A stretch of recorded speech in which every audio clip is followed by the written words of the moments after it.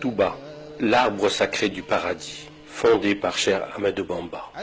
Mais Touba n'est pas né d'un simple coup de crayon, mais de la volonté des mourides, guidés par la vision de leur marabout et de ses successeurs.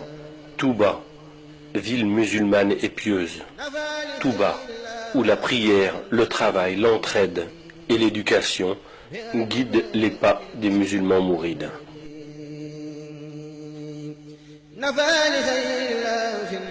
Cheikh Ahmad ibn Muhammad ibn Habiballah, plus connu sous le nom de Cheikh Ahmadou Bamba, aussi surnommé Khadim Rasoul, le serviteur du prophète Mohammed.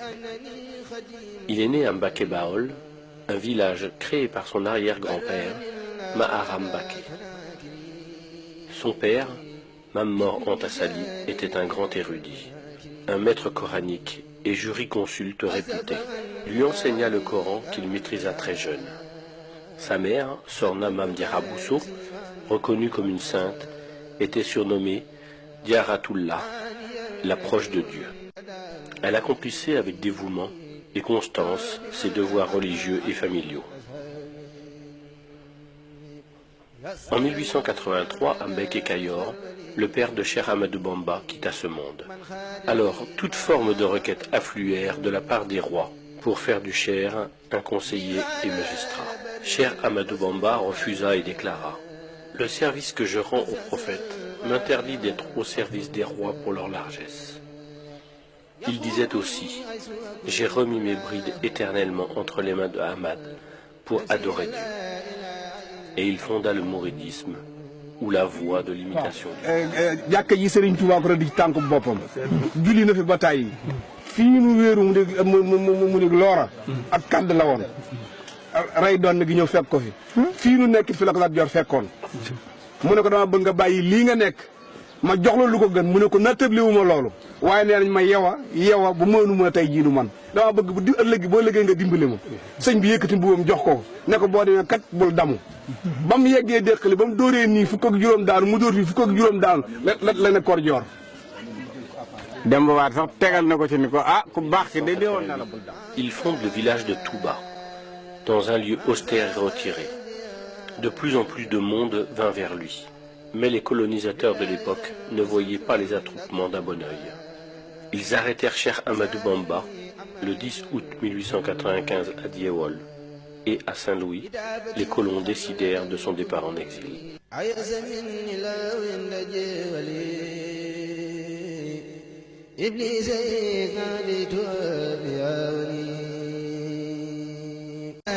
Le 21 septembre 1895, sur le bateau ville de Port-Nambouk, Cheikh Ahmadou Bamba quitte le Sénégal et les siens. Il arriva à Libreville, où il passa 3 mois. Puis il est envoyé dans des contrées austères, où règnent les moustiques et les maladies, au sud du Gabon, à Mayomba, où il déclara ceci: « Ô océan de Mayomba, témoigne que je suis l'esclave de celui qui pardonne les péchés et que je demeure le serviteur de l'élu.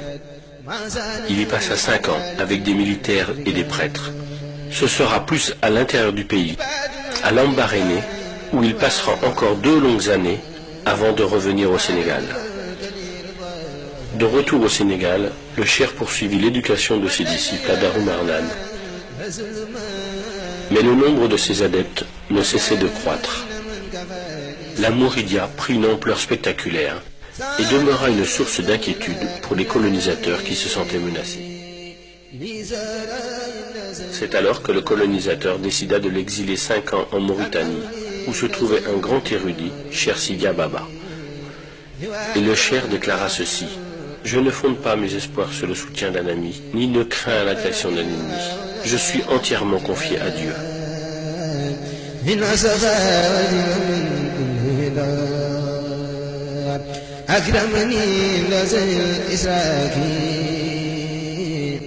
De retour au Sénégal, Cheikh Ahmadou Bamba est assigné à résidence à Thiéyenne.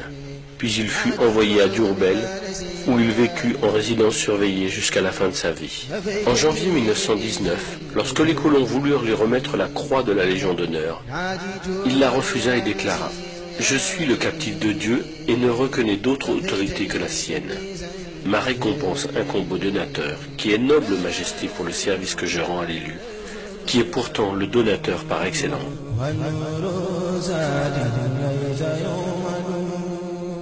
En novembre 1925, Cheikh Ahmadou Bamba demande aux autorités coloniales une autorisation de construire une mosquée à Touba. Le 19 juillet 1927, Cheikh Ahmadou Bamba est rappelé à Dieu. Le conseil de famille désigna Cheikh Mouhamadou Moustapha, fils aîné du cheikh, pour la succession de son père. Le nouveau calife fut chargé de la gestion des chantiers de la Mouridia, dont le plus important était sans conteste celui de l'édification de la mosquée de Touba. Pour mener à bien cette lourde tâche, son père avait loué les services d'un administrateur, en l'occurrence M. Tahiri, commandant du cercle de Thiès. M. Tahiri dilapida les fonds qui lui avaient été confiés. C'est alors que Cheikh Moustapha Mbaké décida de reprendre à son compte les travaux, mais il fut confronté à l'acheminement du matériel de construction. En effet, le matériel lourd ne pouvant se porter à tête d'homme ni à dos d'animal. La construction du chemin de fer était devenue un impératif pour la communauté mouride. 1500 hommes furent mobilisés pour réaliser 50 km de voies ferrées. Et en mars 1931, les trains pouvaient arriver à Touba. Ainsi, les travaux de la grande mosquée se sont déroulés sans arrêt de 1932 à 1939. Mais la Seconde Guerre mondiale éclata et le 1er septembre 1939, Cheikh Moustapha fit arrêter les travaux. La mosquée avait pris de la hauteur, les esquisses des minarets étaient sorties. 3000 hommes marchaient à pied pour acheminer les pierres de la carrière de Ndok. En 1945, Cheikh Moustapha s'éteignit à Touba, laissant derrière lui une communauté meurtrie mais très soudée. En 1949, les travaux reprirent, et les Mourides sont ainsi parvenus à ériger la grande mosquée dans un impressionnant travail de fourmi qui actuellement leur vaut cette hargne, cette bravoure, ce sens de la générosité et du sacrifice, mais aussi de l'efficacité dans le travail. La mosquée fut inaugurée par Cheikh Mohamed Fadel Mbaké, alors deuxième calife. La ville de Touba est devenue aujourd'hui une grande cité religieuse. Dans la vision de Cheikh Ahmadou Bamba, Touba devrait réunir les conditions idéales pour répondre aux besoins nécessaires aussi bien de la vie spirituelle que de la vie temporelle. Alors, animé par sa conviction que seul Dieu pouvait lui accorder sa faveur de venir à Touba, il s'est adressé à lui sous forme de prière, et c'est uniquement à ce sujet qu'il a écrit son livre intitulé Matlaboul Fawzeyni, c'est-à-dire Quête de la double réussite. Il adressa à Dieu ses prières qui se réalisèrent, où il disait « Absous les volontaires qui ont bâti l'édifice si élevé de ma demeure, la cité bénite de Touba, de leurs péchés du passé et de l'avenir. Fais que cette cité soit un lieu d'adoration de Dieu le miséricordieux et de rejet de Satan le banni. Faites de ma demeure, la cité bénite de Touba, un lieu où on plonge dans la voie de l'obéissance et de la tradition de l'envoyé. Prière et bénédiction sur lui. Convaincu que la connaissance de la science islamique est la voie royale qui permet d'accéder à la meilleure place dans la vie spirituelle, il s'adressa à Dieu et dit « Fais que cette cité soit un réceptacle d'enseignement, un lieu de méditation et d'entendement, fais qu'elle soit un lieu d'éducation et un magistère d'enseignement. » Dans le domaine du temporel, Cheikh Ahmadou Bamba avait bien compris que la réussite économique est un facteur déterminant dans l'accomplissement des obligations religieuses dans toute société, car elle assure sécurité et stabilité. Il disait « Fais que cette terre soit une terre de richesse, de sécurité, de miséricorde et d'abondance tout le temps. Favorise les habitants de Touba d'un bienfait en eau abondante, ruisselante et qui court à l'instar d'un ruisseau. Protège cette demeure du vagabondage et de la délinquance et de toute promiscuité.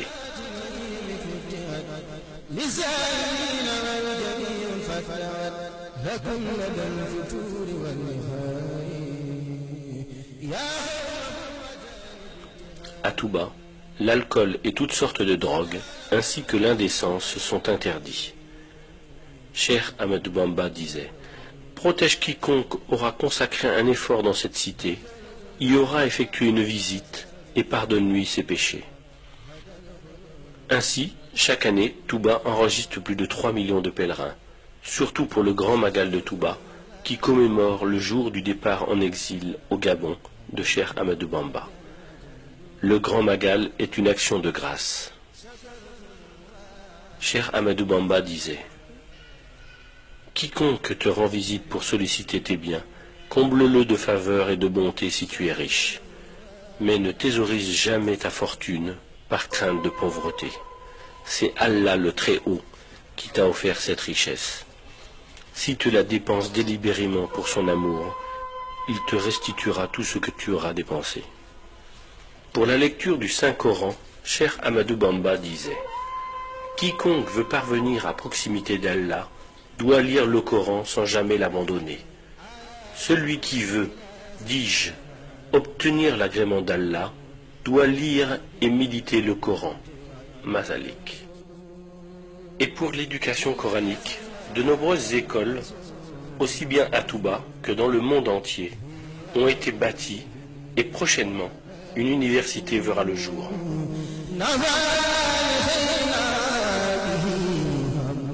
Les mausolées des grands dignitaires mourides sont souvent au pied de la mosquée. Ainsi, après une prière pour honorer le fondateur, les mourides prient en hommage aux successeurs de Cheikh Ahmadou Bamba et de la famille. Touba, créé en 1888 par Cheikh Ahmadou Bamba, a grandi après sa mise en terre en 1927.